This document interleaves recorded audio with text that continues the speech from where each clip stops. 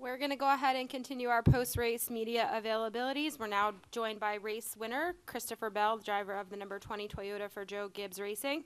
Before we start, Christopher, a few stats. You're the first driver to win 3 straight races in the next-gen car, and you're the second JGR driver to win at least 3 straight races. What's 3 in a row mean to you? We broke the curse, Bob. We broke the curse. But 3 straight is it's surreal. And I will never forget 2021, my first year with Adam Stevens. Kyle Larson won 3 straight. And me and Adam got off to a rocky patch, a rocky start. And we're sitting in his office there at JGR. And he looked at me and he said, "We can do this." He said, "I've won 3 straight sitting in these exact same 2 chairs talking about him and Kyle Busch." And I said, "I know that we can do it." And it took a while to get here, but we finally did it. And I'm just so proud. I'm so proud of all of the mechanics, the engineers, the pit crew members, everybody on this 20 car. And what you're seeing is everybody pulling the rope in the same direction, everybody doing their job to the best of their abilities. And this is what I knew could come out of this team. And I will say it came from Adam. Like, I didn't know what was capable of this team, but Adam knew what was capable of this team. And we're finally starting to see the fruit of it. Awesome. We'll go ahead and open up for questions. We'll start right back there with Jonathan. Jonathan Field, the racing experts. I know you said it's a team effort to go 3 in a row, but for you personally, what can you attribute to your recent success? Man, I'm just a small part of it. And whenever, the last couple of years, we've been close. Like everyone on our team could feel this. We could feel this, but it was just like fighting against the current and just something would, not work and take us out of contention. And but we were close, and I don't. It's not about me. It's about everybody on our team, and so I haven't changed as a driver. I'm the same driver that I was back in 2021. It's just the team is working together right now, and that's what it's all about. Yes, it's helped a lot. It's helped a lot. I should go race more. We'll come down here to Bob and then over here to Reed. Bob Pockris, Fox Sports. How do you go from not winning 19 straight races to winning 3 in a row? Well, we should have won a lot in that 19, but we didn't win any. And it was just, bad fortune, some lack of execution. And we had the performance in our team. And it drove me nuts that everyone kept talking about that JGR hadn't won since June. JGR hadn't won since June. I'm like, oh my gosh, it was true, but the performance had been there. It was just getting everything to line up, and now we're clicking. And it was just really amazing to be able to be alongside my JGR teammate, racing for the win, and that's the way it should be. So how do you keep things clicking and not fall into what happened last year? Well, I don't know. I've never been on this side of it before. So I can promise you this, that everybody's grinning ear to ear and just trying to ride the wave. And I've raced long enough, not in the Cup Series, but throughout my life, that I know it comes in waves. And there are times where it just feels like you can't do anything right. And there are times where you just can't do anything wrong. And we're on that side of it right now.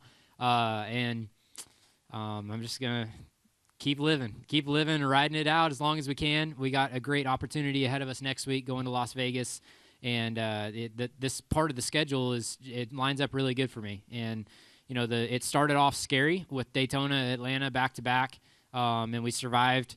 Well, we didn't really technically survive Daytona, but we survived Atlanta, and now we're getting into the bread and butter of what we are good at, and I'm glad that we could execute and have a nice solid day here at Phoenix. We'll come over here to Reed and then over to Dustin. Reed Spencer with the NASCAR Wire. Could you explain what you did on that last lap to win that race? I mean, Denny was ahead at the white flag.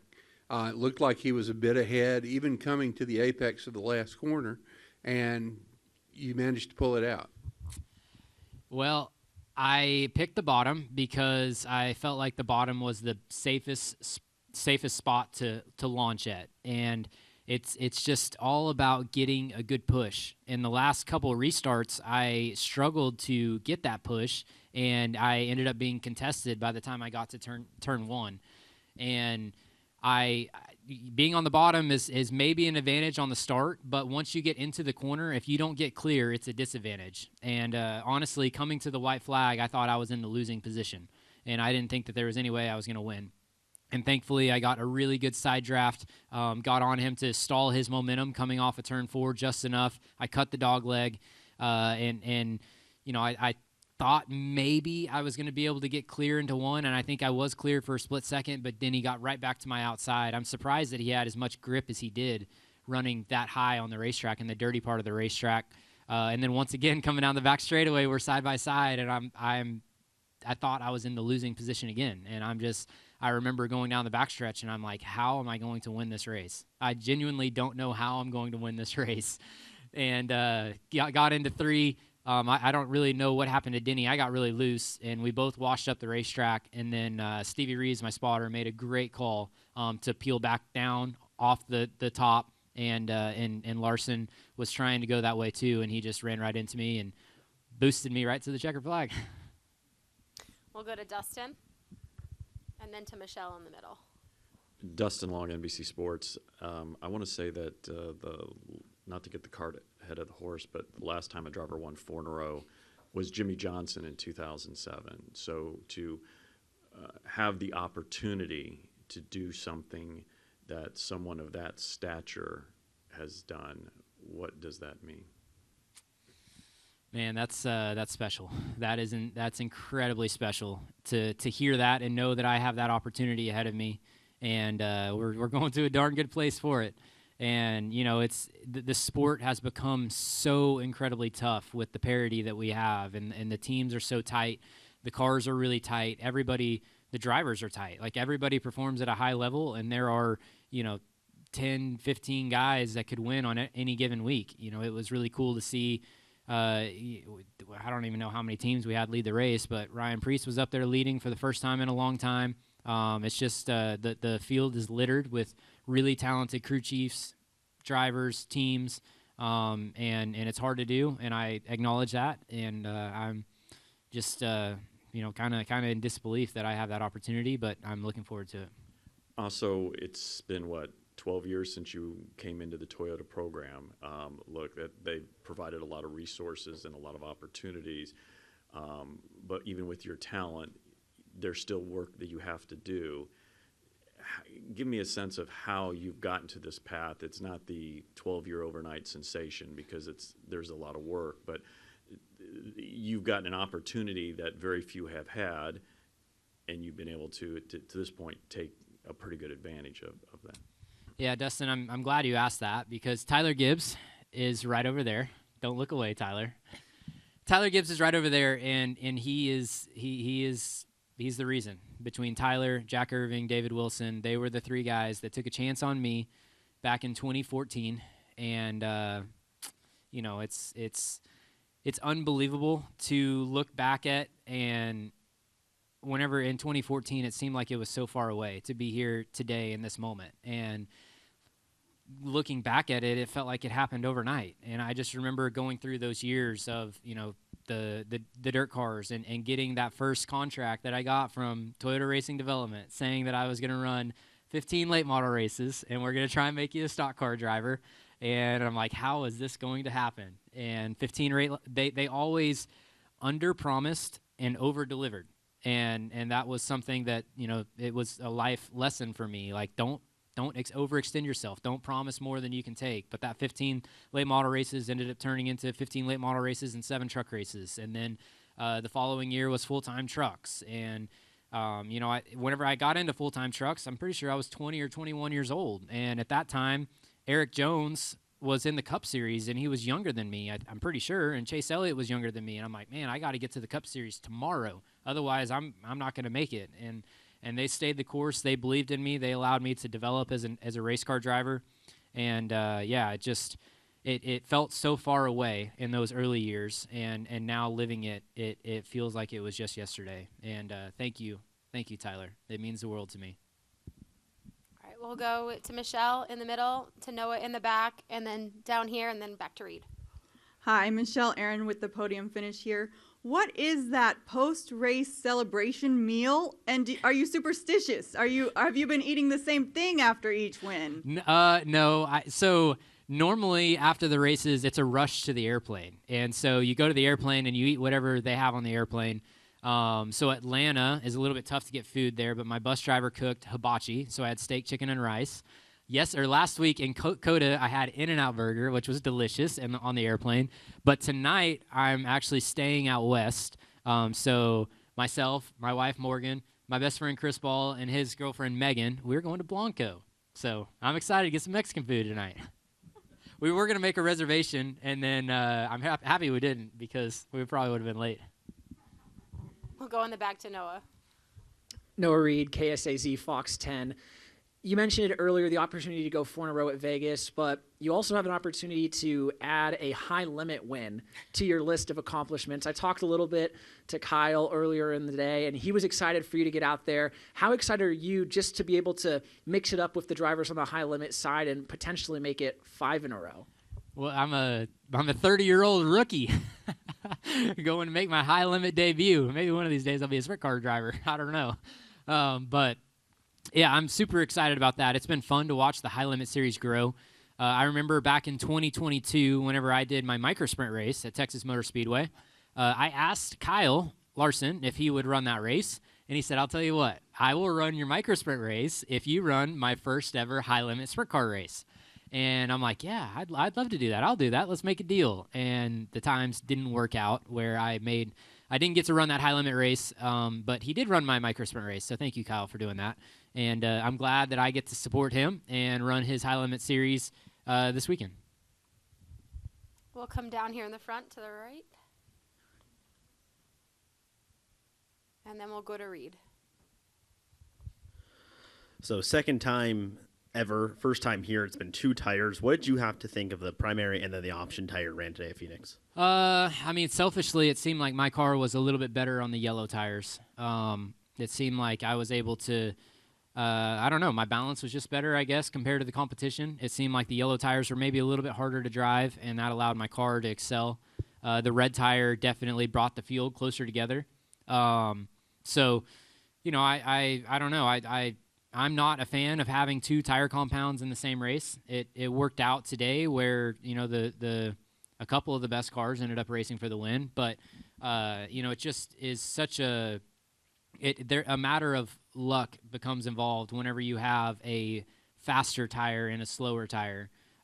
So it worked out today for me, but I personally don't like having 2 tires in the same race, or 2 compounds, I should say, in the same race, with there being known yellows. You know, I talked to somebody in here about IndyCar, how they have multiple tire compounds, but they don't have the stage brakes. So it makes it a little bit, I don't know, it just feels a little bit different. Would you like to see that option tire run for championship? Yeah, I mean, I guess, I don't know. It's hard to say. In practice, it did feel like it lost grip more, which is normally a good thing.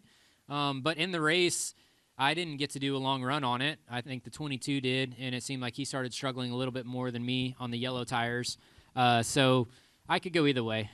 It really doesn't matter to me. Okay, we'll come right over here to the right. Andrew Hazlett, Blaze Radio. What does it mean to you to win 3 races in a row on 3 different tracks? You had the super speedway, the road course, and now this short medium hybrid.